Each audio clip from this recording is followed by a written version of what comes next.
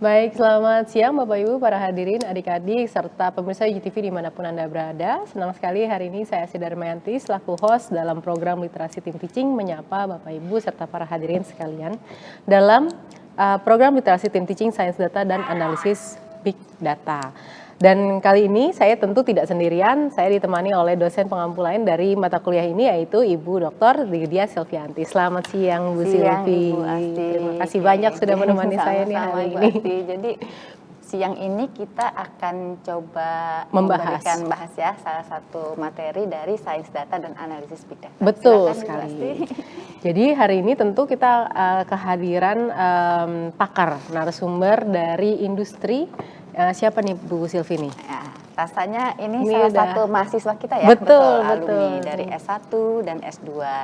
Namanya agak sedikit ini ya pengucapannya ya. Oke.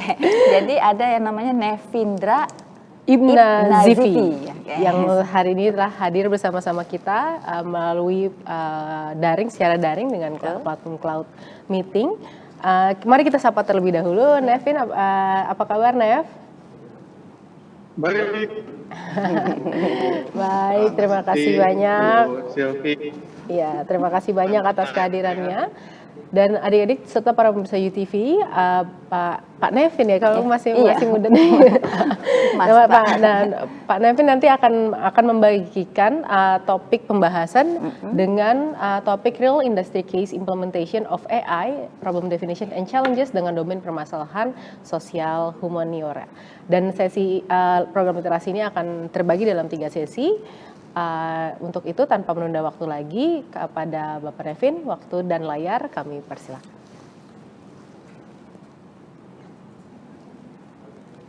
Screen. Baik. Ya, sudah terlihat ya? Sudah layar. Bisa mungkin di presentation view. Oke. Ya. Baik. Terima kasih. Silakan Pak Nevin. Oke, jadi sesi pertama ini sebenarnya akan membahas mengenai implementasi dari AI, Big Data terhadap satu real use case yang sebenarnya saya alami sendiri gitu ya. Saya alami dalam kasus lapangan di Indonesia terutama diimplementasikan langsung. Sebelum itu mungkin saya perkenalkan diri dulu, saya Nevindra Zivi, Product Manager di Nasdaq Teknologi Indonesia, salah satu perusahaan video analitik terbesar di Indonesia, dan mungkin ini akan sangat berhubungan dengan apa yang akan saya sampaikan mengenai Smart City Solution untuk kehidupan yang mungkin lebih baik di masa depan.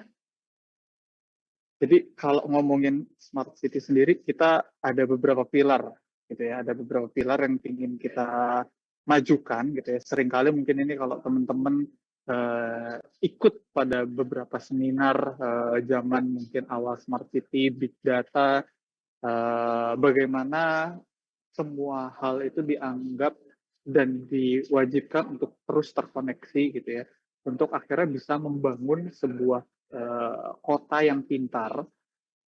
Itu ada beberapa pilar yang sebenarnya bisa kita katakan ya. Tapi sebelum itu ada beberapa konsep yang ingin saya bahas gitu ya. Pertama ada automation, connectivity, analytics, ke digitalization. Dan pada gambar ini sebenarnya intinya adalah semua proses ini akan terus berkaitan dan akan terus berkesinambungan karena ini sebuah proses yang terus-menerus berjalan. Artinya kalau kita melihat mulai dari automation, di mana banyak sekali kegiatan yang sifatnya sebelumnya sangat tradisional gitu ya, yang sangat memerlukan waktu besar, manpower yang banyak gitu ya, perlahan namun pasti mulai kita otomasi, baik itu menggunakan AI atau hanya menggunakan teknologi informatika saat ini. Dan dari otomasi ini sebenarnya diharapkan untuk bisa membuat konektivitas yang jauh terhubung satu sama lain, mulai dari smart living, smart society, smart environment, sampai ke smart mobility. Nah, dari konektivitas dan otomasi yang terjadi, akhirnya kita akan bisa melihat data yang terkumpul. Nah, tadi kalau dari awal Bu Asti menjelaskan mengenai big data, disinilah peran big data itu muncul, di mana pilar-pilar yang ada dari smart city sendiri itu akan diawasi dan dimonitor dengan big data yang bisa membantu pembuatan keputusan secara real time oleh pemangku kebijakan. Sebagai contoh, misalkan dirasa kapan pemerintah DKI Jakarta harus menambah banyaknya armada Transjakarta yang ada di suatu rute. Atau misalkan dari kepolisian ingin menyebarkan anggotanya di titik mana aja kira-kira yang harus disebarkan, kenapa, dan kapan. Itu yang diharapkan bisa menjawab dari automasi dan konektivitas yang terhubung untuk menghasilkan big data. Nah, kalau sudah ada analitik yang terhubung, sudah ada data, big data yang banyak, akhirnya ada sistem digital yang bisa membuat smart city ini menjadi transparan. Karena konsep dari smart city sendiri adalah di mana kita membuat interaksi antara teknologi beserta penghuninya, baik itu pemerintah ataupun warga biasa, itu setransparan mungkin. Nah, itu kenapa 4 poin ini terhubung dan di dalamnya ada beberapa lingkup untuk membentuk kota yang pintar. Mungkin saya nggak akan ngebahas semua, tapi mungkin ada beberapa yang akan saya bahas seperti smart mobility, smart governance, dan smart environment. Nah, kemampuan di era modern, salah satunya itu smart mobility. Ada smart vehicle, ada smart planning, dan vehicle network and security. Ini kalau teman-teman mungkin di Gunadarma, banyak yang mungkin tinggal di Jabodetabek sudah mulai familiar dengan beberapa teknologi ini yang sudah diimplementasikan di Jakarta, mungkin di Depok, gitu ya, di Bekasi. Kalau kita melihat kenapa ini penting, pada dasarnya kalau kita mulai dari smart vehicle dulu, di mana ada pedestrian detection, artinya apa? Kita bisa memonitor daerah mana aja sih yang lagi rame oleh penjalan kaki, mana yang lagi rame secara kapasitas orang lewat lalu lalang di jalan mana. Vehicle detection artinya kita bisa tahu secara real time berapa sih jumlah kendaraan yang lewat, klasifikasi kendaraannya seperti apa aja, dan nanti ini bisa di planning. Artinya apa? Ketika misalkan ada kemacetan gitu ya. Ada kemacetan kita tahu apa sih penyumbang terbanyak dari kemacetan, apakah kendaraan roda 2, apakah kendaraan roda 4 tipe apa. Ini bisa membantu untuk membuat keputusan seperti yang saya sebutkan sebelumnya. Selanjutnya juga ada environment dan sign recognition yang ini bisa membantu, apakah di daerah ini sedang terjadi kemacetan atau ada kecelakaan atau ada hal-hal lainnya yang membantu tim untuk melakukan monitoring. Dari smart vehicle ini, akhirnya kita bisa membuat smart planning, mulai dari road condition, pollution estimation, sampai ke traffic prediction. Artinya apa? Data-data yang sebelumnya dikumpulkan, walaupun kelihatannya, cuma data orang lewat doang, cuma data kendaraan. Tapi kalau ini dibuat jadi sebuah solusi lengkap, mulai dari awal data masuk sampai akhirnya bisa jadi sebuah keputusan, ini adalah salah satu goal dari smart mobility di pilar smart city. Selanjutnya juga kita tentu butuh alat-alat pendukung seperti vehicle network, mungkin nanti ke depannya ada sistem ERP, wacana dari Gubernur Jakarta sekarang gitu ya, sampai ke security yang diharapkan ada. Nah, sebenarnya kenapa butuh sistem ini gitu, dan seperti apa sih sistemnya gitu ya? Sistemnya sebenarnya adalah sistem keamanan yang harus terintegrasi atau sistem monitoring yang harus terintegrasi untuk mengakomodir computer vision technology, pattern recognition, sampai ke artificial intelligence teknologi lainnya, baik itu data science, baik itu large language model, untuk akhirnya bisa mengidentifikasi perilaku abnormal atau anomali gitu ya pada sebuah daerah.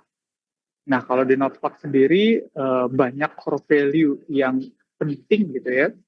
Seperti kami mencoba untuk melakukan real time analysis, membantu pemerintah daerah atau gubernur gitu ya untuk mengambil keputusan yang tersentralisasi, artinya data itu nggak tercecer. Karena permasalahan di Indonesia salah satunya adalah data yang dimiliki di satu tempat aja nggak disebar ke yang lain, akhirnya tidak terintegrasi satu sama lain dan ngebuat keputusan itu tidak bisa diambil secara maksimal.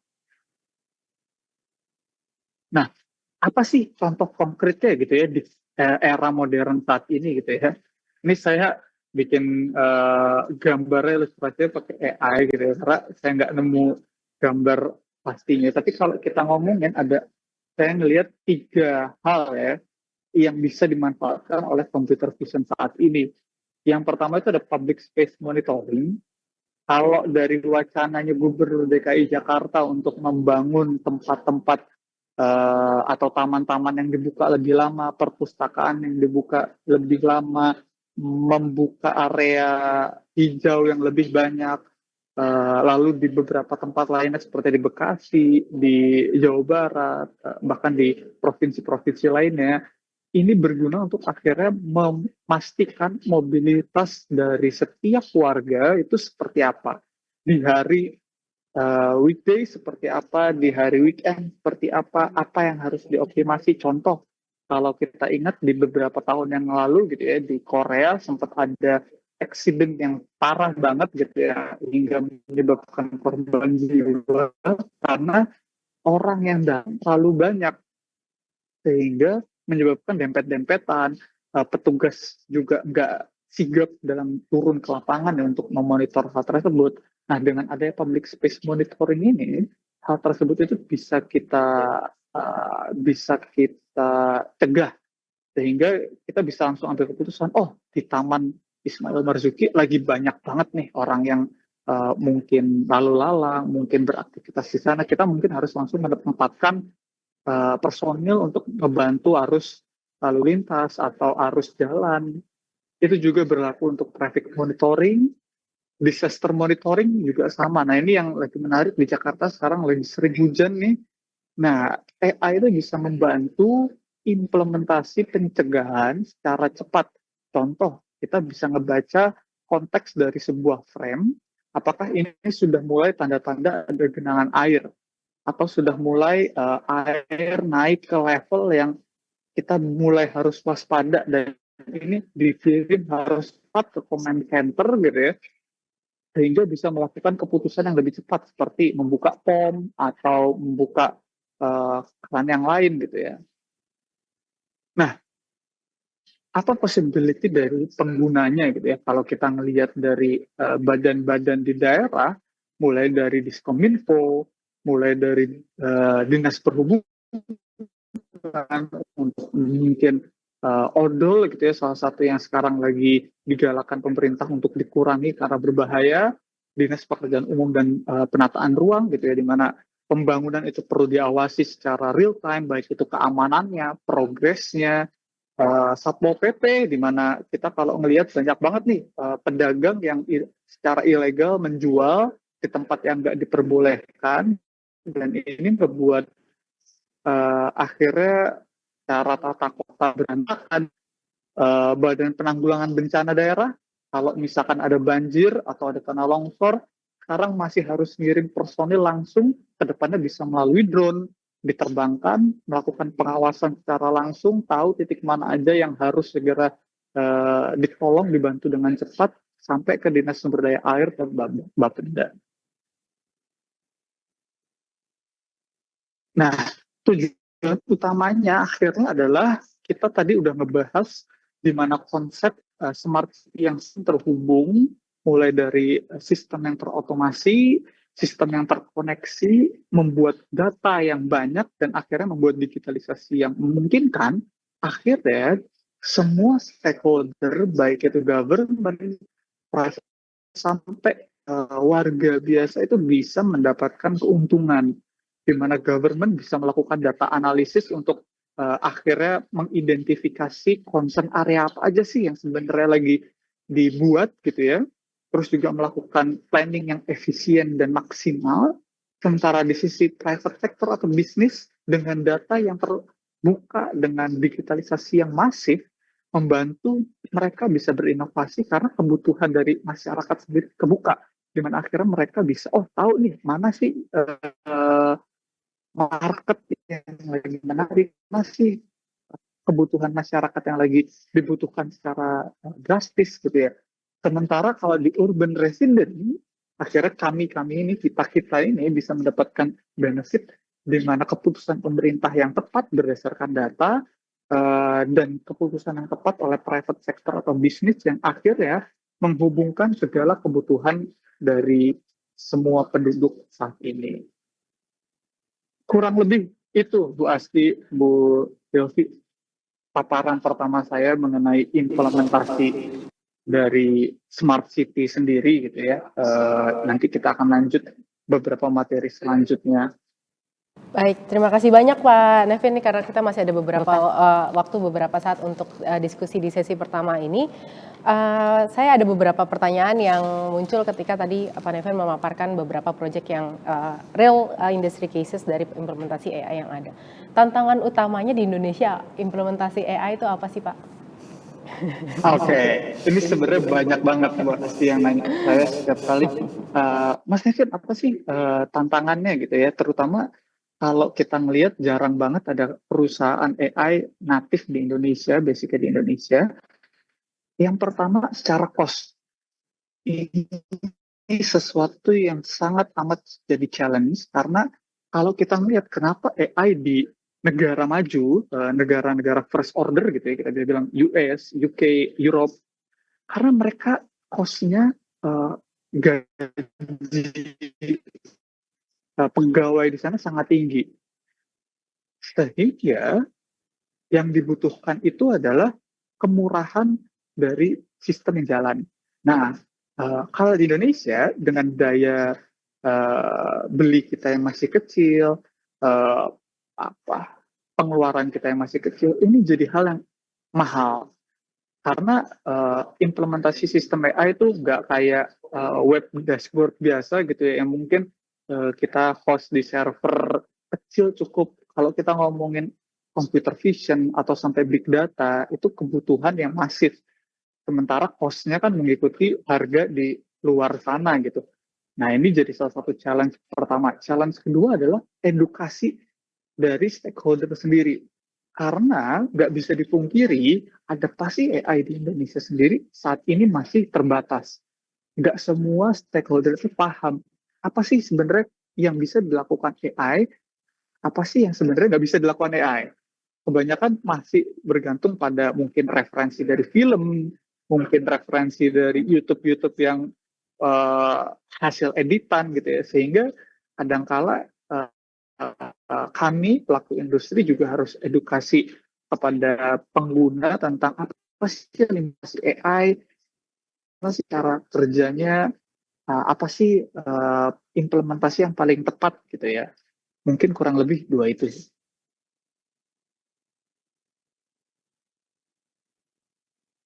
Oke, Nevin? terima kasih. Jadi memang sangat menarik ya Bu Asti ya. Jadi karena Pak Nevin ini sudah bergerak asam ya, garam. asam garam di AI. Di AI Jadi di industri lanjut Indonesia. dari Bu Asti berarti bisa di poin bahwa biaya dan edukasi ya Pak Nevin ya. Oke, berarti untuk terkait dengan ini, Betul. apakah berarti ujung akhirnya adalah harus bisa mengetahui kebutuhannya sampai di mana sih di pengguna itu untuk AI, begitu ya Pak Nevin? Betulkah Pak? Betul Bu. Jadi dari kami pelaku industri juga harus melakukan edukasi kepada market gitu ya. Sebenarnya yang dibutuhkan seperti apa dan gap terhadap hal tersebut sejauh apa. Kita kadang-kala pinginnya semua diimplementasi end to end, akhirnya biayanya tinggi. Kadang-kala mungkin yang dibutuhkan hanya implementasi bagian yang terpenting dulu, baru setelah itu dievaluasi oleh bisnis, oleh pemerintah sebelum lanjut roll out ke hal-hal lainnya yang mungkin nanti akan menambah cost atau ada perhitungan lainnya. Itu memang jadi salah satu hal yang harus dilakukan oleh kami yang ada di industri saat ini. Kalau ini mungkin udah mengingat kita di akademisi, kalau SDM bagaimana ya Pak? Untuk apa namanya lulusan dan sebagainya, ada gap nggak antara pengetahuan yang didapat di akademisi dan kebutuhan di industri? Menurut pengalaman Pak Nevin nih Bu Asti ya. Oke. Oke, kalau saya melihat mungkin apakah ada gap, saya selalu merasa tentu dari industri dan akademisi pasti akan selalu ada gap, Bu. Di mana gap tersebut bisa jadi karena kami pelaku industri akan langsung melihat ke negara-negara maju, bagaimana di sana private sektornya mengembangkan AI, bagaimana di sana mengimplementasikannya, sementara mungkin dari akademisi akan melihat ini dari skop lokal dulu. Nah, tapi yang tidak bisa dipungkiri adalah anak sekarang itu mungkin bisa dibilang lebih kepoan daripada generasi-generasi di bawahnya, bahkan mungkin termasuk saya. Belajarnya mungkin lebih giat atau nguliknya nih lebih rajin ya. Nah, itu sebenarnya hal yang bisa diimbangi, di mana akhirnya di akademisi dari mahasiswa yang penasaran dikembangkan jadi riset, akhirnya membuat suatu inovasi baru, pembelajaran baru, sehingga kolaborasi dari industri, dari akademisi itu bisa sinergi menurut saya, Bu. Setuju ya, betul Bu Asti Betul, ya. betul sekali karena juga anak-anak sekarang, tapi juga apa namanya seperti paparan case tadi yang tadi Pak Nevin bicarakan dan juga inputan gitu ya dari berdasarkan pengalaman Asa Garam di industri, rasanya menjadikan para mahasiswa juga atau para pemirsa GTV yang saat ini menyaksikan gitu ya, jadi sedikit grounded gitu ya akan ekspektasi yang bisa dilakukan oleh AI dan juga keterbatasan yang dimiliki oleh Indonesia saat ini, sehingga di level mana sih sebenarnya positioning kita untuk bisa melakukan implementasi dan juga karena kita mungkin kalau misalnya di US bisa sebegitu cepatnya karena dia ada kebutuhan paksaan gitu ya, karena dorongan yang manusianya nggak ada yang mau ngerjain gitu, jadinya kita harus dengan mesin, sementara di Indonesia kan sumber daya masih ada. Nah, bagaimana apa yang bisa kita lakukan dengan sumber daya itu sehingga kita bisa memaksimalkan untuk apa hasil yang bisa dicapai. Baik, ini seru sekali perbincangannya. Tidak terasa waktu untuk segmen pertama ini sudah habis gitu. Nanti kita akan segera melanjutkan kepada segmen kedua atau sesi kedua, di mana Pak Nevin tadi kalau tadi kita berbincang tentang sisi implementasinya, mungkin Pak Nevin nanti bisa mengelaborasi atau akan memberikan materi lebih lengkap step by step-nya untuk mencapai solusi yang tadi Pak Nevin sempat sampaikan. Untuk itu tetap bersama kami setelah jeda berikut ini.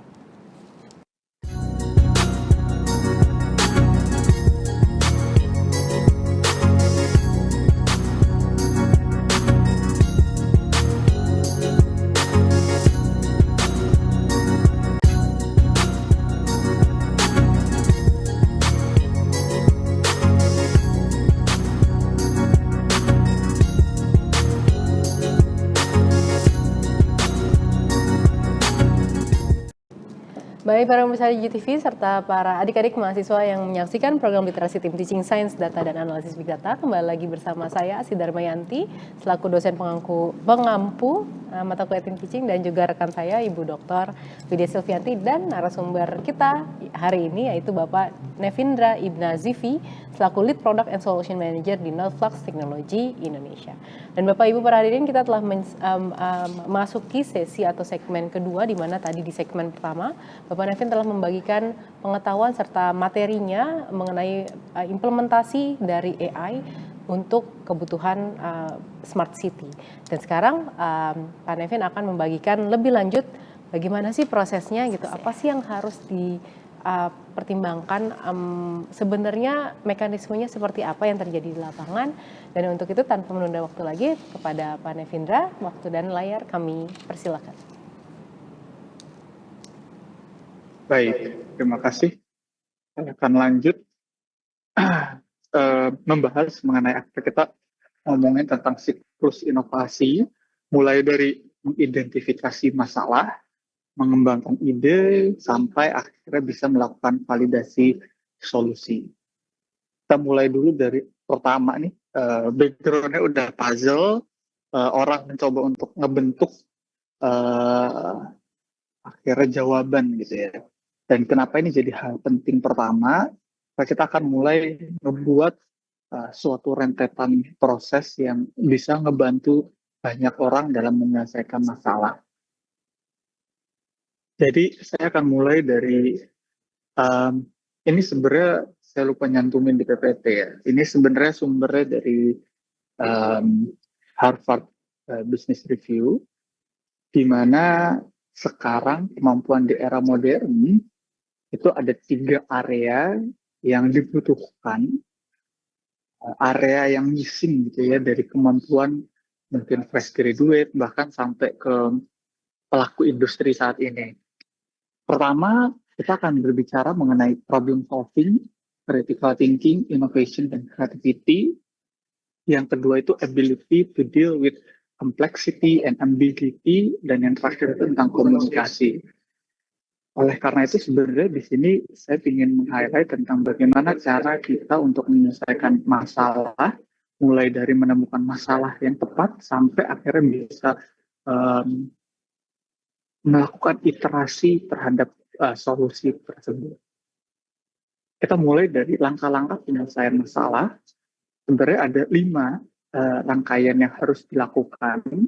Pertama, kita harus melakukan identifikasi problem yang harus di-solve. Dan kita harus benar-benar bisa mendefinisikan problem tersebut, karena kalau di buku yang saya baca gitu ya, masalah itu selesai ketika kita bisa mengidentifikasi masalah yang tepat, bahkan sampai 80%. 20% itu tentang mencari jawabannya. Tapi 80% dari proses penyelesaian masalah adalah mencari masalah yang tepat. Sehingga ini hal yang pertama harus teman-teman bisa selesaikan. Yang kedua itu assess current state root cause, di mana kita determine underlying reason, underlying alasan utama kenapa problem ini eksis. Yang ketiga kita baru desain solusinya, tes solusi sampai ke sustain, share, and continuous improve yang akan saya bahas nantinya. Nah, ini ada teknik dan metodologi identifikasi masalah yang sering saya gunakan dan saya rekomendasikan adalah mulai bertanya kenapa. Kenapa ini menjadi masalah? Contoh mudah, saya yakin penonton di GTV saat ini, zaman SD, SMP, SMA-nya, ada orang yang jualan minuman es yang diikat di plastik gitu ya, harganya mungkin 2.000, 3.000, 4.000 gitu ya. Saya kasih sebuah contoh masalah adalah penjual tersebut itu pasti punya sedia stok es yang banyak banget. Karena di situ kunci marginnya gitu kan. Mungkin minumannya cuma sepertiga dari tempat gedenya, sisanya es. Nah, di suatu hari sebelum masuk jam istirahat, semua esnya itu meleleh. Itu jadi masalah besar karena akhirnya minumannya nggak dingin, terus juga dia harus beli es baru, dia juga harus ngestok lagi gitu ya. Dan ini sebenarnya jadi salah satu isu yang besar. Nah, kalau kita nggak menemukan masalahnya, otomatis kita akan langsung lompat ke mencari jawabannya itu ada apa. Kalau dari proses ini, kita akan langsung desain solusi. Proses 1 dan 2 kita skip karena ya udah esnya itu mencair. Padahal kita harus bisa mengidentifikasi kenapa esnya bisa mencair, padahal di hari-hari sebelumnya enggak. Berarti di sini ada problem, karena kalau misalkan dia sekarang beli es, otomatis cost-nya dia nambah, keuntungannya dia berkurang, bisa jadi besok hal ini kejadian, bisa jadi seminggu lagi kejadian, dan selalu berputar pada solusi yang sama. Ya udah tinggal beli aja esnya. Padahal bukan itu. Kalau kita mempertanyakan hal ini lebih jauh, maka pertanyaan pertama adalah kenapa esnya bisa mencair lebih cepat dibandingkan waktu-waktu sebelumnya. Nah, di sini kita bisa mapping. Kalau dari yang sebelumnya gitu ya, kita akhirnya assess current state root cause-nya itu kenapa. Apakah kualitas esnya berubah? Atau apakah ternyata suhunya lebih panas dari biasanya? Atau mungkin ada yang salah dari penempatan jualannya, atau mungkin ada yang salah dari tempat jualannya sendiri. Banyak sekali alasan-alasan yang bisa jadi hipotesa kita untuk kita coba tahu apakah ini cause utama sampai akhirnya kita bisa dapetin real problemnya. Oh, ternyata bukan karena esnya yang masalah. Bisa jadi cuacanya terlalu panas sampai akhirnya ngebuat esnya itu mencair lebih cepat. Nah, dengan hal ini akhirnya kita bisa mencari real problemnya itu apa, dan baru dari sana kita cari solusinya mau seperti apa. Selanjutnya kita akan ngomongin tentang mengenal pasar dan pengguna supaya kita akhirnya bisa berinovasi dengan baik dan bisa menjadi fondasi rekan-rekan sekalian untuk melakukan inovasi yang terukur. Jadi kita di sini harus memahami perbedaan ya, mulai dari kebutuhan, keinginan, dan permintaan. Karena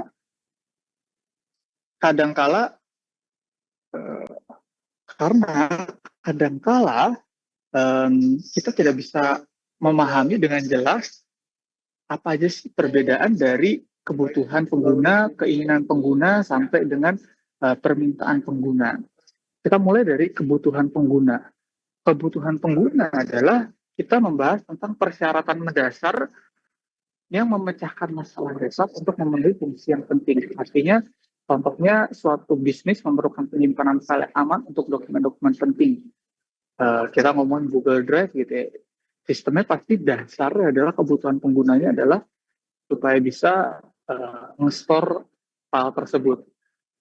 Selanjutnya, keinginan pengguna, di mana kita bisa jadi kalau kita ngomongin Google Drive, pingin ada UI-nya yang bagus, animasinya yang bagus, gitu ya. Ini bisa jadi pengguna. Lalu ada permintaan pengguna, di mana di sini keinginan atau bisa bersedia membayar untuk penyimpanan aman dan fitur-fitur tambahan yang mungkin hanya menjadi secondary. Dan di sini kita harus bisa benar-benar mengidentifikasi mana yang menjadi kebutuhan, keinginan, dan permintaan pengguna. Selanjutnya, kita akan ngomongin memahami kebutuhan pengguna itu seperti apa. Kita akan mulai dari kebutuhannya, lalu kita akan memvalidasi permintaan, lalu kita akan gabungkan keinginan tersebut. Jadi mulai pada penyelesaian masalah inti, kita bikin kalau di product management ada namanya minimum valuable product gitu ya. Untuk akhirnya bisa kita tes, kita validasi permintaannya.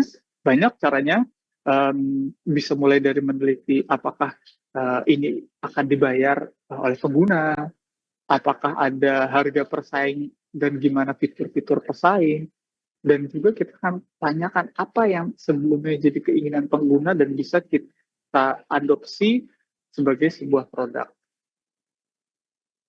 Nah, untuk menciptakan ini, kita perlu akhirnya product market fit kalau di product management ya. Mulai dari di atas dua porsi itu dari company gitu ya, menyediakan user experience yang baik dan value proposition yang bagus. Sementara kita juga harus melihat apakah customer itu punya unserved needs yang sama dengan apa yang kita berikan. Nah, kenapa product market fit ini penting? Karena di sini kita harus akhirnya menyadari apa yang kita buat apakah sejalan dengan apa yang user butuhkan. Karena bisa jadi kita berpikir A, ternyata dari market B, contohnya misalkan user sukanya sistem yang mudah digunakan tapi lengkap. Lengkapnya seperti apa itu harus didetailkan sampai akhirnya kita bisa menemukan titik keseimbangan antara kebutuhan user dan apa yang bisa perusahaan atau pelaku industri berikan. Setelah itu kita akan memvalidasi solusi di mana kita akan menguji dan mengasah ide. Nah, di sini sebenarnya yang dibutuhkan adalah iterasi yang terus terjadi. Jadi nggak cuma sekali, tapi bisa dilakukan banyak, dan nggak ada masalah ketika iterasi pertama itu value-nya hanya sedikit. Yang penting adalah kemampuan iterasi berlanjut terus-terusan untuk mendapatkan dan menambah kebutuhan user kita adopsi menjadi fitur yang lama-kelamaan akan menambah value dari produk itu sendiri. Nah, makanya di product market fit iteration matrix kita akan ngomongin 4 zona gitu ya. Mulai dari refine sales messaging, zona kedua kita optimize time to aha moment, pain customer ketemu refine marketing messaging, sampai ke problem driven product roadmap dan prioritization data. Jadi itu yang kurang lebih akan disampaikan di materi kedua, di mana kita udah memiliki produk AI dan gimana cara membangun produk AI yang baik, mulai dari memahami masalah user, lalu kita memvalidasi masalah tersebut, kita buat solusi awal yang menciptakan value sampai akhirnya bisa memberikan dampak yang signifikan pada implementasi lapangan. Kurang lebih itu Bu Asti dan Bu Silvi terkait paparan materi saya yang terakhir.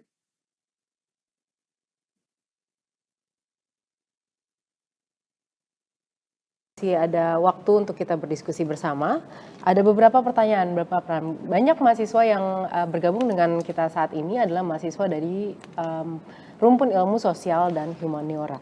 Dan kalau misalnya tadi kita ngomongin, memang mata kuliah ini sangat kental dengan teknologi, gitu, teknologi informasi, gitu, dan juga digital, gitu ya. Sehingga mungkin kadang mereka agak butuh waktu untuk relate lebih apa yang bisa saya berikan, apa yang saya bisa kontribusikan kepada bidang teknologi ataupun bidang digital ini. Mungkin dalam siklus dan kaitan siklus pengembangan inovasi tadi, Pak Nevin mungkin bisa diberikan pendapat apa yang bisa diberikan, apa yang bisa dikontribusikan oleh mahasiswa atau teman-teman dengan rumpun ilmu non teknologi untuk dapat berkontribusi dalam siklus tersebut.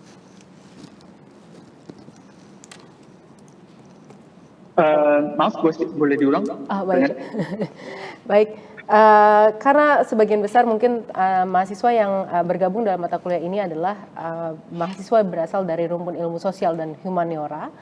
Kemungkinan ketika kita berbicara tentang solusi teknologi, pikirannya kan aduh, semuanya nih keriting nih, program lah gitu, algoritma lah, flowchart lah gitu, dan lain sebagainya. Sementara apa yang kira-kira apakah ada gitu ya kebutuhan kolaborasi lintas disiplin ilmu untuk menghasilkan inovasi ini sendiri.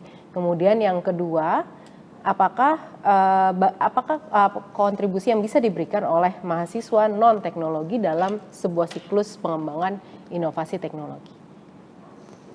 Baik, jadi untuk jawaban dua pertanyaan tadi saya rangkum banyak hal dari mahasiswa non-teknologi yang bisa berkontribusi langsung terhadap kegiatan ini ya. Baik itu mulai dari mendefinisikan masalah, karena mendefinisikan masalah itu gak harus dari orang IT, justru orang yang mau berpikir menurut saya, apapun itu jurusannya. Karena pertanyaan pertama adalah tadi, apa sih yang sebenarnya menjadi masalah gitu, dan masalah itu biasanya terjadi dalam kehidupan kita sehari-hari. Bagi contoh tadi, es meleleh itu kan nggak orang teknikal yang bisa melakukan analisa. Jadi hal tersebut itu menjadi salah satu skill ke depan yang dibutuhkan oleh semua perusahaan, regardless dia jurusan saintek ataupun sosial humaniora. Lalu apa aja hal-hal yang bisa membantu yang bisa membantu kita sebagai pelaku industri dari orang-orang sosial humaniora adalah kemampuan untuk kalau di ekonomi itu ada bahasanya behavioral economics, membantu menganalisa gimana sih tren pembelian dari masyarakat gitu ya, apa yang jadi dorongan mereka untuk membeli, apa yang menjadi dorongan mereka untuk menggunakan produk baik itu B2B atau B2C, dan ini sesuatu yang bisa dikontribusi oleh sosial humaniora. Langkah-langkahnya mulai dari mengenali usernya itu seperti apa yang mereka butuhkan, lalu berkomunikasi dengan tim engineering gitu ya tentang possibility solution yang akan dibangun, seberapa sulit, proyeksi pendapatan yang bisa dibuat dari sistem ini sampai ke tadi marketing, penjualan produk lebih lanjut. Ini bisa jadi salah satu yang menurut saya menarik untuk diimplementasikan dan dilaksanakan oleh orang-orang yang berasal dari mahasiswa-mahasiswa yang berasal dari sosial humaniora. Baik, terima kasih Pak Nevin. Jadi tadi untuk dalam proses pengembangan inovasi, tentu kita perlu kolaborasi lintas bidang karena permasalahan yang ada di dunia ini kan juga nggak cuma teknologinya aja gitu. Kalau tadi ada disaster management, ya berarti kita harus ada tidak hanya dari sisi teknologinya, tetapi bagaimana sebenarnya ketika ada disaster itu benar-benar terjadi atau bencana alam ini terjadi, penanganannya seperti apa yang mungkin teman-teman dari non komputer yang lebih menguasai, begitu mungkin ya Pak Nevin ya.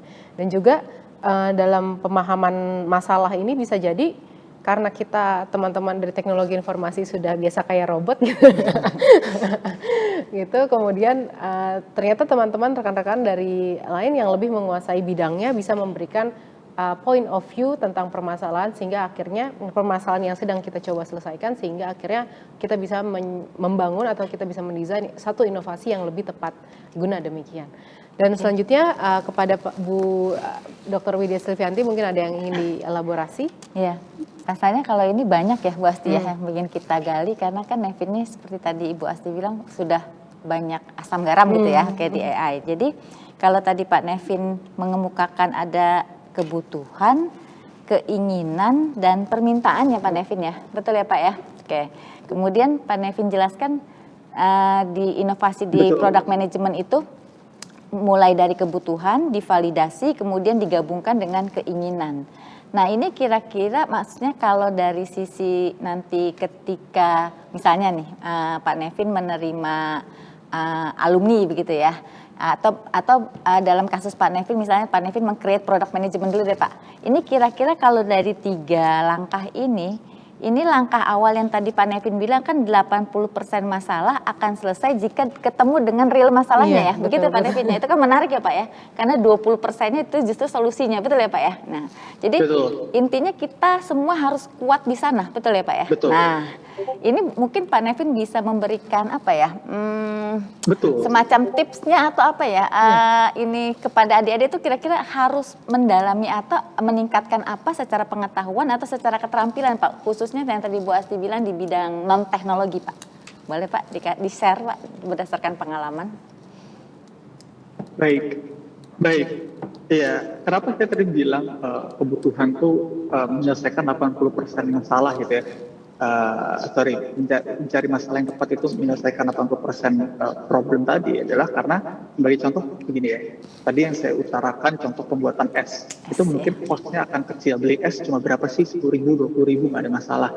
Tapi untuk kita ngomongin company wide, bisa jadi investment pembuatan suatu produk, suatu sistem itu mahal banget.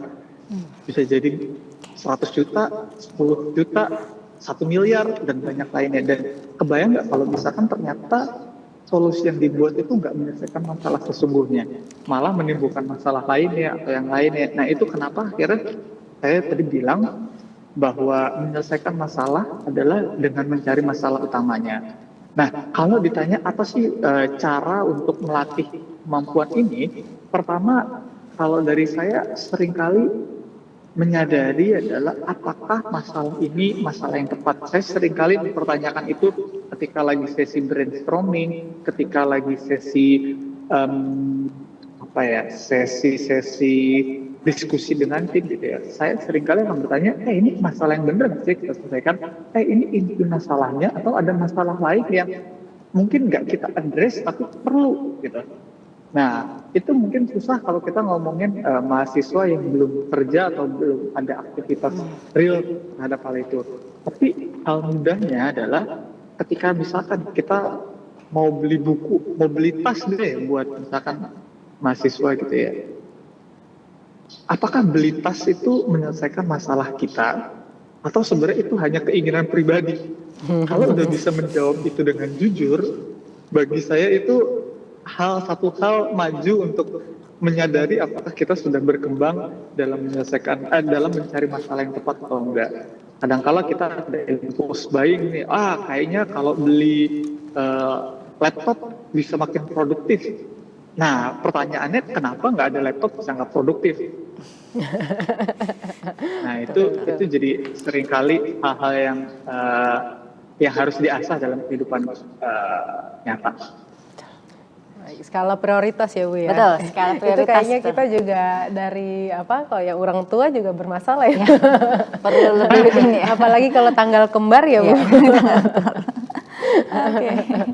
Jadi kebutuhan ya intinya ya, prioritas. Jadi kebutuhan tadi menarik ya Bu ya, kebutuhan karena kan kita biasanya hanya kebutuhan keinginan. Ada satu lagi permintaan. Mungkin nanti di segmen selanjutnya bisa lebih dielaborasi Pak, berkenan untuk keinginan ini validasi yang dilakukan itu seperti apa contoh kasusnya? Bertahap bagaimana framework berpikir untuk terstruktur. Mana yang membedakan keinginan, kebutuhan dan juga nantinya permintaan. Bagaimana impact dari demand tersebut akan mempengaruhi kebutuhan dan juga nanti keinginan yang kita miliki. Mungkin kita lanjut lagi nanti diskusi kita yang sangat menarik ini, dan Bapak Ibu para hadirin tetaplah bersama kami setelah jeda berikut ini.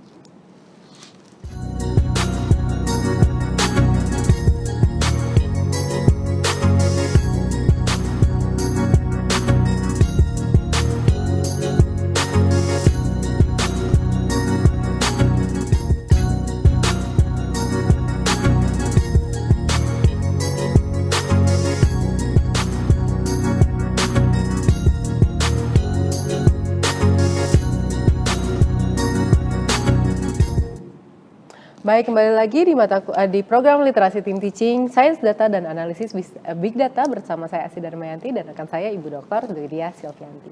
Dan masih bersama narasumber kita Bapak Nevin. Kembali lagi, tadi kita sebelum kita berpindah kepada sesi ini, kita telah berbincang tentang ada framework untuk kebutuhan, keinginan dan juga demand permintaan. Mari kita lanjutkan diskusinya Pak Bu Silvi ya.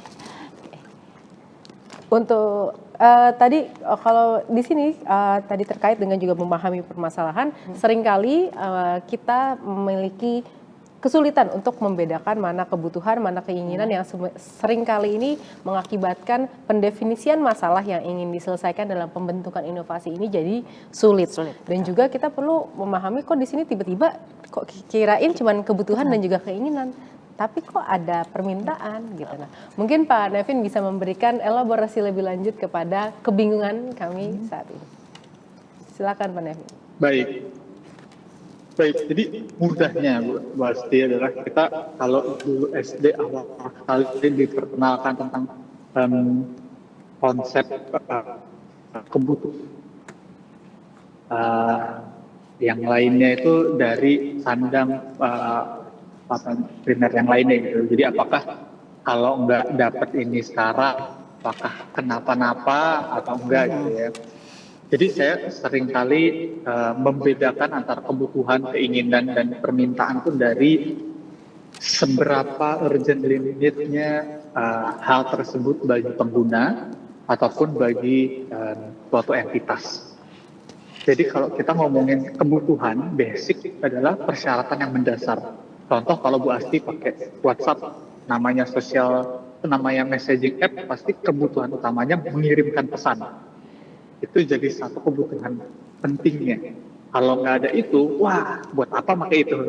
Gitu kan. Lalu kalau kita ngomong tentang keinginan, itu sesuatu yang melampaui kebutuhan dasar.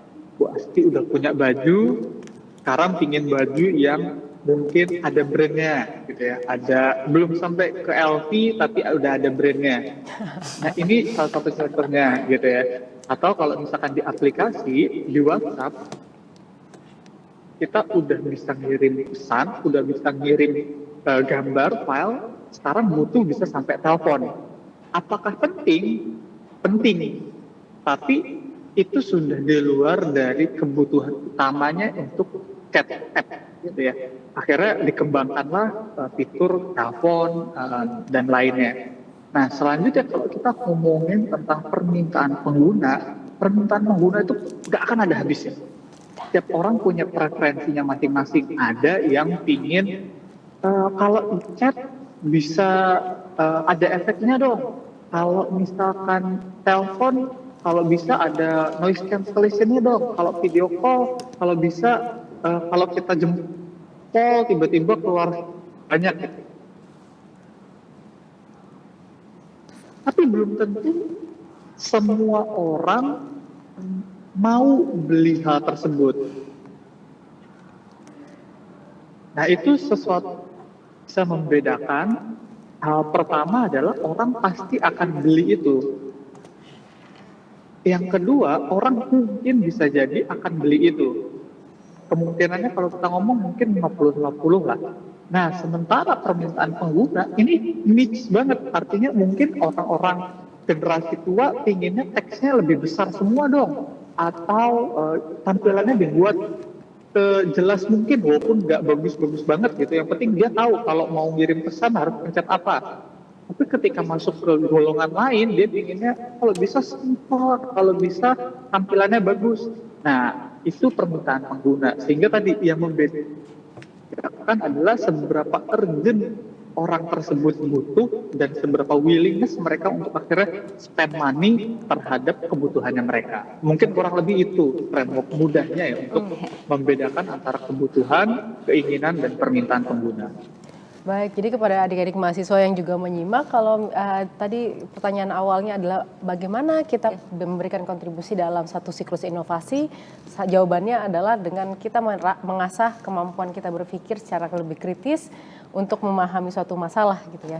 Dan juga bagaimana cara memahami suatu masalah ini dengan pertama-tama lebih dahulu mampu untuk melakukan identifikasi kebutuhan dan juga keinginan gitu ya Bu. Karena tadi Pak Nevin juga sempat menyampaikan bahwa kadang dia sebagai mahasiswa memang ada keterbatasan karena paparan terhadap real cases-nya ini terbatas, yang mana sebenarnya sedang dicoba dijembatani melalui mata kuliah tim teaching oleh Universitas Gunadarma. Dilanjut Bu Silvini, tadi udah nggak sabar untuk bertanya.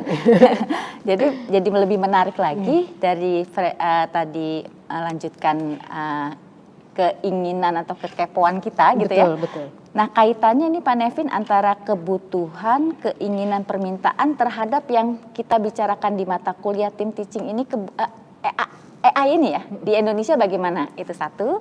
Kemudian ada nggak keterbatasan dengan ini regulasi Pak? Nah, itu mungkin ada dua hal ini yang mungkin Pak Nevin bisa share kepada kami dan adik-adik mahasiswa semua, mungkin bisa menjadi pembelajaran atau bisa meningkatkan jadi kami ini harus mempersiapkan apa nih di perkuliahan dan sebagainya. Silakan Pak Nevin.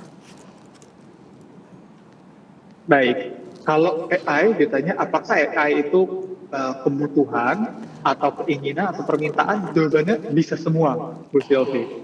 Tergantung dari skala urgensi suatu entitas membutuhkan itu. Sebagai contoh, kalau kita tadi ngomongin pemerintah provinsi, pasti mereka butuh sistem smart city. Karena udah nggak mungkin kita naruh orang menghitung berapa sih orang yang lewat di jalan Sudirman, itu nggak mungkin. Jadi itu penting banget itu bisa masuk kepada kebutuhan. Nah, kalau keinginan pengguna seperti apa? Keinginan pengguna kalau studi kita masih ngomongin smart city adalah, kita punya di Jakarta banyak taman-taman yang taman-taman yang dibuka secara umum dan waktunya lebih panjang. Nah, kebutuhannya adalah tadi mungkin bisa jadi sekarang digunakan untuk atraksi untuk apa? Bisa jadi ada potensi berantem atau kericuhan atau segala macam. Nah, AI untuk mendeteksi kericuhan apakah penting? Penting. Tapi skalanya berapa sih kericuhan itu kalau terjadi, dan biasanya kalau terjadi pun lebih cepat panggil satpam, diurai gitu ya permasalahannya dan selesai. Nah, ini menurut saya masuk ke keinginan pengguna karena di sini belum butuh banget, tapi kalau ada bagus, kalau nggak ada juga nggak apa-apa. Nah, kalau misalkan permintaan pengguna, ini contohnya saya nggak bisa ngambil dari Smart City. Contohnya mungkin kita akan ngomongin UMKM. UMKM apakah butuh AI? Jawabannya iya, tapi di porsi yang secukupnya. Contoh, mereka bisa pakai ChatGPT, LLM atau yang lain untuk akhirnya membuat pesan promosi, untuk akhirnya bisa membuat pesan yang lain gitu ya secara otomatis. Nggak butuh sampai ke data analitik, sampai bikin big data, sampai bikin predictive analytics tentang ini next pendapatannya mereka berapa, itu nggak perlu.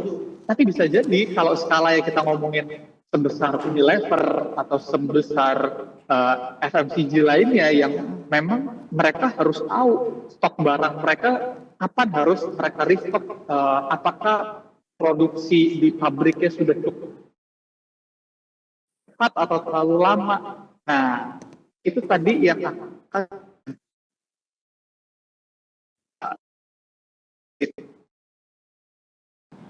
Oh, baik, mungkin koneksi. Baik, Ya. oh baik, sudah kembali lagi. Sudah kembali lagi. Ini biasa ya glitch yang Iya, terjadi di Indonesia ini salah satu limitasi juga. Berarti Limitasi jawabannya kita. skala urgensi ya, tetap Betul. ya dengan skala urgensi. Oke.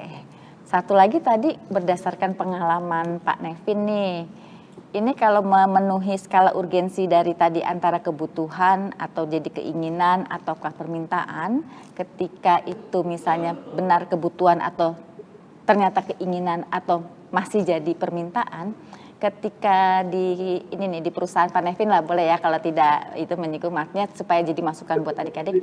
Ini biasanya ada nggak boundary atau batasan lagi dari regulasi Pak? Boleh kami diberikan pengetahuan atau pengalamannya? Oke.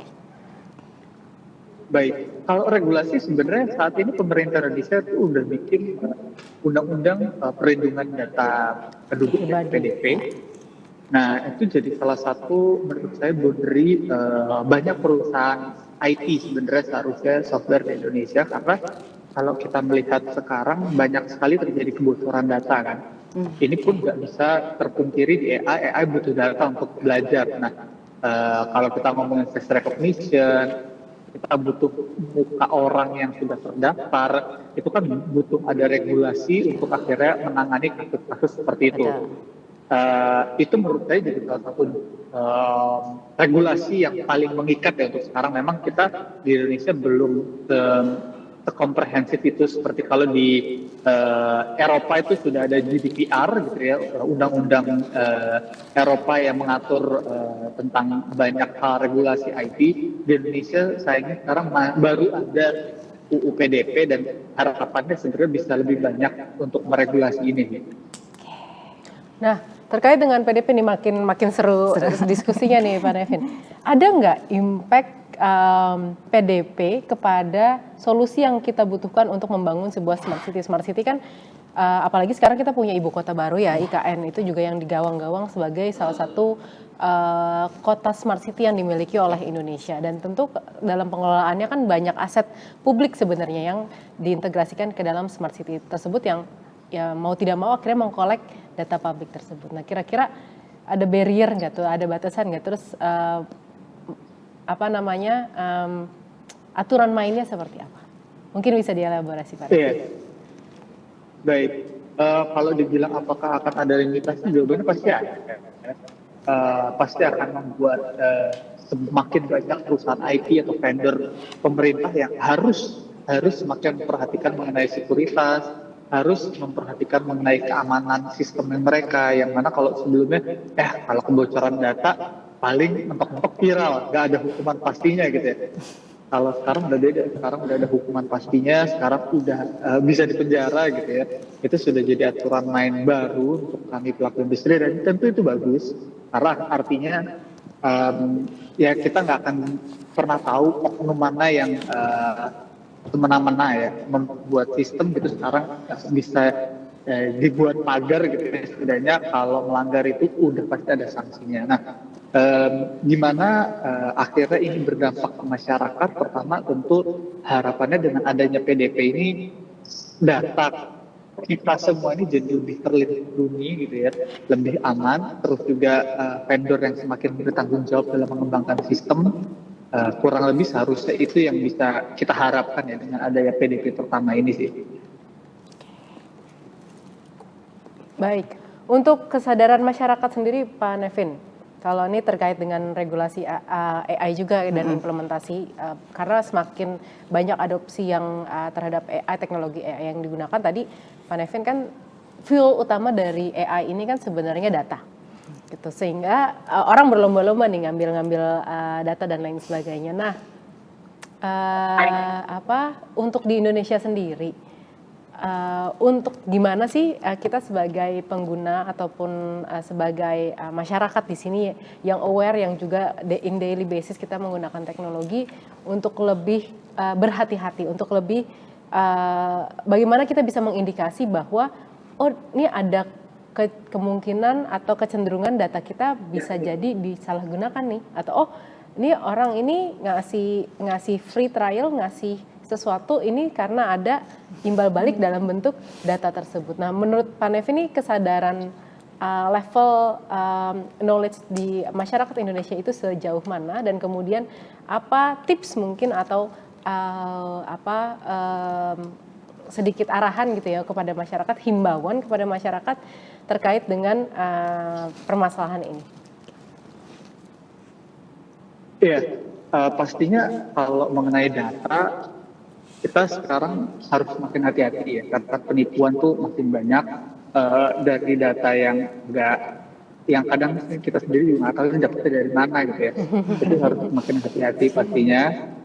Yang kedua juga makin skeptis terhadap sistem gitu ya. Skeptis itu bukan artinya tidak percaya 100%, tapi lebih ke ngelihat track record dari pembuatnya, ngelihat track record dari penggunaannya, apakah memang dibutuhkan atau enggak, dan ini akhirnya bisa ngebantu untuk kita membuat sistem yang lebih komprehensif dan keamanan diri sendiri ya. Sementara itu juga kalau kita melihat dari sisi regulasi, sebenarnya memang yang perlu ditekankan adalah di PDP ini kan harapannya keamanan data itu lebih terjaga, dan ya menurut saya ini bisa ngebuat loncatan baru ya terhadap regulasi di AI. Karena kita kalau ngomongin AI itu ada namanya AI ethics. Ini kalau di Gunadarma S2 saya tesisnya soal AI ethics. Itu jadi satu bahasan tersendiri sebenarnya tentang kenapa sih kalau di luar sana kita ngomongin AI itu bukan lagi tentang apa kemanfaatan AI, tapi sebenarnya apa bahaya AI, bagaimana cara meregulasi AI, bagaimana akhirnya manusia bisa paham kenapa AI itu membuat keputusan lebih lanjut. Itu sekarang yang menjadi topik bahasan selanjutnya, bukan lagi tentang LLM ini bisa apa, bukan lagi tentang object detection ini bisa apa, kurang lebih itu sih. Baik, terima kasih Pak Nevin. Mungkin Bu Sylvia ada yang ingin dielaborasi? Untuk ini rasanya cukup Bu Asti, mungkin nanti bisa Pak Nevin. Ya, kita bertemu langsung ya Pak Nevin di sini untuk berbicara langsung nih, udah kangen dengan balik ke alma mater ya. Tapi ini saya masih ada beberapa pertanyaan yang jadi penasaran. Mumpung waktunya masih ada, saya belum di halo-halo oleh tim teknisnya. Untuk untuk masyarakat sendiri Pak Nevin, sekarang kan dengan banyaknya digitalisasi, tentu penipuan pun juga semakin semakin rapid, semakin cepat berkembang biak. Kemudian juga pemanfaatan AI pun banyak digunakan untuk deteksi fraud dan lain sebagainya. Nah, gimana sih sebenarnya ciri-ciri gitu? Apakah misalnya hati-hati, kita perlu hati-hati bagaimana sih sebenarnya saat ini orang-orang itu atau pengembang developer dari AI ini dalam membentuk atau mengumpulkan data sehingga bisa membentuk model yang baik yang menjawab apa yang kita inginkan. Apakah jangan-jangan dengan scrolling aplikasi mereka bisa merekod data kita, kemudian dengan misalnya dengan dia melakukan promosi, kemudian kita mengisi G-form dan lain sebagainya, itu termasuk ke dalam pengumpulan data sebenarnya, sehingga kita sendiri sebagai individu akan lebih menjadi mawas diri, akan lebih menjadi aware terkait dengan atau lebih lebih grounded gitu ketika kita melakukan, ketika saya mengisi G-form berarti saya subscribe untuk memberikan data saya tersebut. Demikian mungkin Pak Nevin. Mungkin bisa diberikan pencerahan. Terima kasih. Kenyataan pahitnya sebenarnya adalah penyaluran pahitnya adalah baik di pemerintahan ataupun di luar sana ya, baik Google, Apple, Meta, dan semua penyedia aplikasi lainnya pasti akan menggunakan setiap data yang mereka punya untuk bisa mengembangkan produknya. Sebagai contoh, kalau misalkan di Google kita nyari apa, nanti keluarnya apa, itu dari mereka sudah ada algoritma yang terus melakukan pelatihan di belakang ya untuk bisa mengetahui sebenarnya Bu Asti ini lagi nyari baju itu apa sih gitu ya. Kalau akhirnya scrolling di Tokopedia atau di Shopee atau di aplikasi manapun, kalau Bu Asti buka marketplace, yang dilihat pasti hal yang relevan gitu ya. Itu jadi sesuatu yang pasti sudah dilakukan, dan memang kalau kata orang gitu kan, kalau produknya gratis bisa jadi Anda lah yang menjadi yang harus bayar gitu ya, dalam artian data Anda yang akan digunakan. Nah itu memang pasti valid, bahkan di skala pemerintahan pun kami melakukan crawling data gitu ya, mulai dari sosial media, mulai dari sumber data lainnya untuk akhirnya mengembangkan algoritma tersebut. Nah tapi kalau ditanya akhirnya bagaimana tetap menjaga keetisan dari suatu model adalah untuk memastikan ini sesuatu yang harus dipahami oleh banyak orang. Kadang-kala ketika kita melatih suatu hal, sebenarnya baik pengembang ataupun model pun nggak pernah tahu yang dilatih itu siapa. Karena pada akhirnya akan ditranslate, ini mungkin agak sedikit teknikal ya untuk orang-orang non-teknikal, adalah model itu nggak akan pernah aware data trainingnya itu berasal dari siapa. Dia hanya melihat Bu Asti, Bu Silvi, saya itu sebagai angka aja. Sebenarnya dia nggak akan pernah tahu, Bu Asti itu suka baju Uniqlo misalkan, atau suka baju merek A. Dia nggak akan pernah tahu. Yang dia tahu adalah user 1345 menyukai hal ini gitu ya. Nah, kenapa ini sebenarnya juga penting untuk dipahami, karena kadang-kala perspektif awam itu melihat pelatihan model, modelnya tahu nih Nevin mukanya apa, bahaya. Iya, padahal sebenarnya dia nggak exactly tahu Nevin gitu loh. Dia cuma tahu user 1234 sukanya baju Uniqlo aja gitu loh. Jadi itu juga salah satu yang perlu dipahami ya oleh pengguna, bahwa misalkan kadang-kala face recognition ini bahaya karena dia di training dari muka nyata. Sekarang teknologi untuk bikin 1000 gambar muka udah bisa gitu loh, dan itu bisa digunakan juga sebagai data training. Jadi pada akhirnya ya kita nggak akan pernah sadar itu siapa gitu. Iya betul, karena kadang kita juga suka bingung gitu ya. Kadang perusahaan luar bukan dari non Indonesia bisa memberikan data statistik Indonesia yang lebih precise, yang lebih baik daripada data yang kita miliki di Indonesia. Itu kadang kan kita suka bertanya gitu, sehingga di sini awareness juga kepada teman-teman ataupun para pemirsa UTV dimanapun Anda berada, dengan menggunakan aplikasi itu kita jauh lebih mudah untuk mengumpulkan data informasi, dan juga inilah yang menjadi fuel utama untuk sebuah model AI yang canggih ini bisa dikembangkan, sehingga pemahaman kita dan juga kehati-hatian kita menjadi salah satu hal yang utama yang juga perlu kita kuasai. Jadi satu kemampuan yang perlu kita kuasai bersama, sehingga akhirnya data kita tidak disalahgunakan oleh pihak-pihak tertentu. Dan satu lagi pertanyaan penutup nih mungkin Pak Nevin. Tadi ada kebutuhan, keinginan, dan permintaan. Kira-kira untuk pengembangan solusi AI yang ada saat ini di Indonesia, mana main driven utama yang yang terjadi di lapangan? Baik, yang pasti adalah kebutuhan pengguna, karena di sini kalau kita ngomongin masalah nyatanya itu pasti akan selalu ada, dan di sini adalah faktor utama yang nge-drive inovasi gitu ya. Dan di sini di mana seharusnya pelaku industri ataupun rekan-rekan dari mahasiswa ataupun mahasiswi menyadari apa sih yang sebenarnya akan menjadi kebutuhan banyak orang ke depannya untuk akhirnya bisa berinovasi dan membuat produk mereka sendiri, baik produk digital ataupun AI sendiri gitu ya.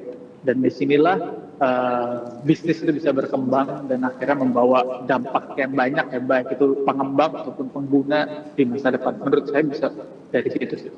Baik, terima kasih banyak Pak Nevin atas sesinya ini begitu luar biasa dan juga memberikan inspirasi juga untuk kepada para mahasiswa yang saat ini mungkin aduh saya suka teknologi tapi kok nggak bisa ngoding tapi saya belajarnya ekonomi gitu kan. Justru dengan situasi yang ada saat ini dimungkinkan untuk teman-teman berkontribusi lebih dan juga bagaimana cara paling mudah melatihnya adalah tadi dengan kemampuan kita untuk mengidentifikasi kebutuhan dan juga permasalahan yang ada. Terima kasih banyak atas sesinya kali ini Pak Nevin, atas sharing tadi pemahaman kita terkait dengan Smart City. Kita tahu mungkin nggak banyak kita yang sudah merasakan implementasi baik dari Smart City karena Indonesia itu begitu luas gitu sehingga kita bisa memberikan wawasan lebih kepada masyarakat sekitar. Dan sebagai penutup sesi kali ini mungkin Pak Nevin bisa memberikan closing remark atas materi yang telah disampaikan hari ini. Dipersilakan. Baik, terima kasih Bu Asti. Closing remark saya terhadap mahasiswa atau mahasiswi yang baru atau mungkin mau lulus ya dan bukan di bidang IT, sebenarnya menurut saya nggak perlu terlalu takut karena tadi kalau saya share di Harvard Business Review 3 skill utama itu berasal dari kemampuan non teknis, mulai dari critical thinking, communication, teamwork dan banyak hal itu sesuatu yang universally implemented di selain saintek ataupun non saintek. Jadi bisa mulai mengembangkan itu, belajar dari situ, belajar dari masalah sehari-hari di dunia gitu ya, tentang apa sih masalah yang ada, kenapa itu menjadi masalah, apa kunci menyelesaikan masalah tersebut, baru dari sana kita akan berangkat untuk bisa membuat suatu inovasi baru, bisnis baru yang akhirnya berguna buat teman-teman ataupun berguna untuk masyarakat lebih luas. Kurang lebih itu dari saya. Baik, terima kasih banyak Pak Nevin atas waktunya dan juga insight serta materi yang telah dipaparkan, ada yang di-share kepada kita semua. Dan juga kepada Bu Sylvie mungkin ada resume yang ingin disampaikan kepada mahasiswa maupun sivitas akademika Universitas Gajah Mada. Oke, terima kasih kepada Ibu Dr. Asti dan terima kasih kepada Pak Nevin. Jadi dengan paparan dari Pak Nevin ini makin membuka adik-adik mahasiswa bahwa AI ini bukan hanya masalah teknologi atau teknis ya. Betul. Non teknisnya jadi artinya kesempatan ataupun peran dari adik-adik di sosial humaniora benar-benar masih bisa terus ditingkatkan atau terus diasah dan bisa nanti belajar ketika adik-adik semua mungkin nanti bisa mendapatkan contoh langsung dan mungkin saat ini ada ya Bu Asti programnya ya seperti magang-magang dan sebagainya. Betul, ya betul sekali. Oke. Demikian mungkin mudah-mudahan bersesuaian dengan materi Pak Nevin yang dipaparkan hari ini. Baik, terima kasih Bu Widya Silvianti atas waktunya juga menemani saya di studio pada sore hari ini.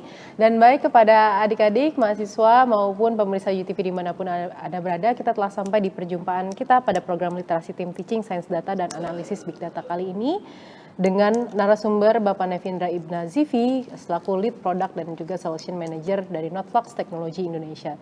Ini unicorn bisa kita bilang ya, unicorn gabungan dari Indonesia yang telah membagikan real case industry cases implementation of AI dalam hal ini adalah Smart City dan juga bagaimana implikasi dari regulasi serta juga manajemen dari inovasi yang kita perlukan untuk membangun sebuah model AI yang baik.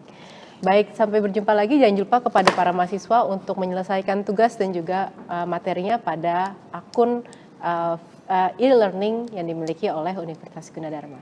Sekian, terima kasih untuk sesi kali ini. Dari saya mohon maaf apabila terdapat kesalahan. Wabillahi taufiq wal hidayah. Wassalamualaikum warahmatullahi wabarakatuh. Sampai jumpa lagi.